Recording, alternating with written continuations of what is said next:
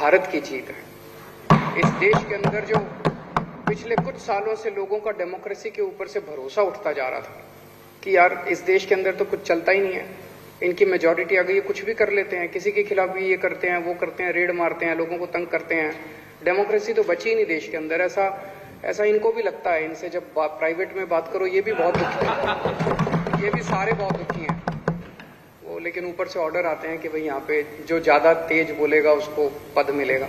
तो इनकी मजबूरी है, पर ये हैं सारे अपने ही, दिल से ये सारे अपने साथ हैं।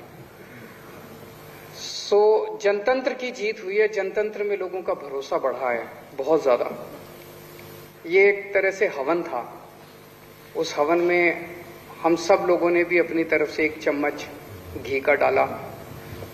जब हमारे को फाइल आई हमारे पास कि किसान आ रहे हैं, पंजाब से चल पड़े हैं, बॉर्डर पे पहुंचने वाले हैं, उन किसानों के लिए स्टेडियम्स को जेल बनाया जाएगा, तो मेरे को अपने अन्ना आंदोलन के दिन याद आ गया। उस टाइम हमें भी जेलों में रखा गया था, इन्हीं स्टेडियम्स के अंदर हम भी रहे हैं, हमने भी रातें काटी हैं इन्हीं स्टेडियम्स के अंदर।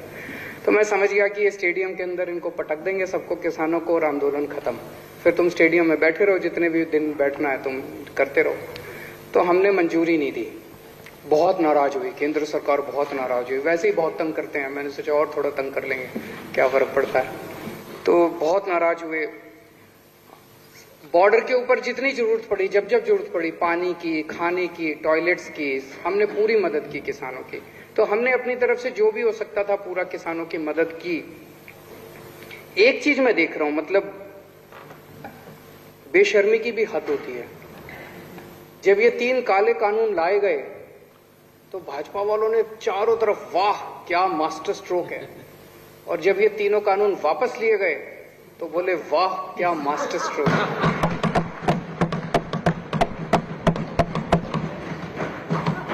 मतलब मैं यही कह सकता हूं, मुझे बहुत दया आती है आप लोगों के ऊपर।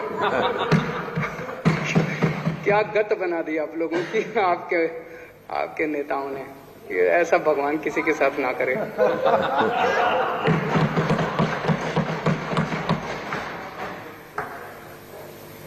किसानों की जो मांगे हैं, अभी जो पेंडिंग मांगे हैं, हम उनका पूरा समर्थन करते हैं। टेनी साहब को तुरंत केंद्रीय मंत्रिमंडल से बर्खास्त किया जाना चाहिए। मुझे नहीं पता कि केंद्र सरकार की क्या मजबूरी है, कुछ तो मजबूरी होगी जो उस एक आदमी का बोझ लेके केंद्र सरकार अपने कंधे पे ढो रही है। क्यों नहीं उसको हटा देते? मुझे नहीं पता कि उनकी क्या मजबूरी है, कुछ मजबूरी होगी जरूर, लेकिन पूरा देश मांग करता है कि ऐसे व्यक्ति को तुरंत बर्खास्त किया जाए। एमएसपी की जो उनकी डिमांड है वो बिल्कुल जायज है, इसके ऊपर हमने भी बहुत अध्ययन किया है। ये राजनीतिक तौर पे नहीं, मुझे लगता है अगर एमएसपी लागू हो जाता है तो देश की एग्रीकल्चर सेक्टर को बहुत बड़ा फायदा होगा, पूरा का पूरा बदल सकता है।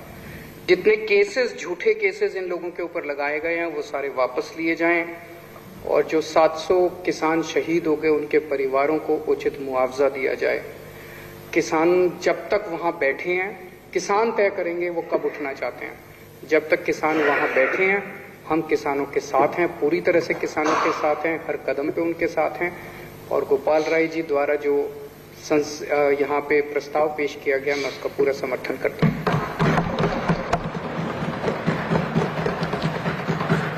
अब माननीय विकास मंत्री श्री गोपाल राय जी चर्चा का उत्तर देंगे और संकल्प को पारित करने का अनुरोध करें।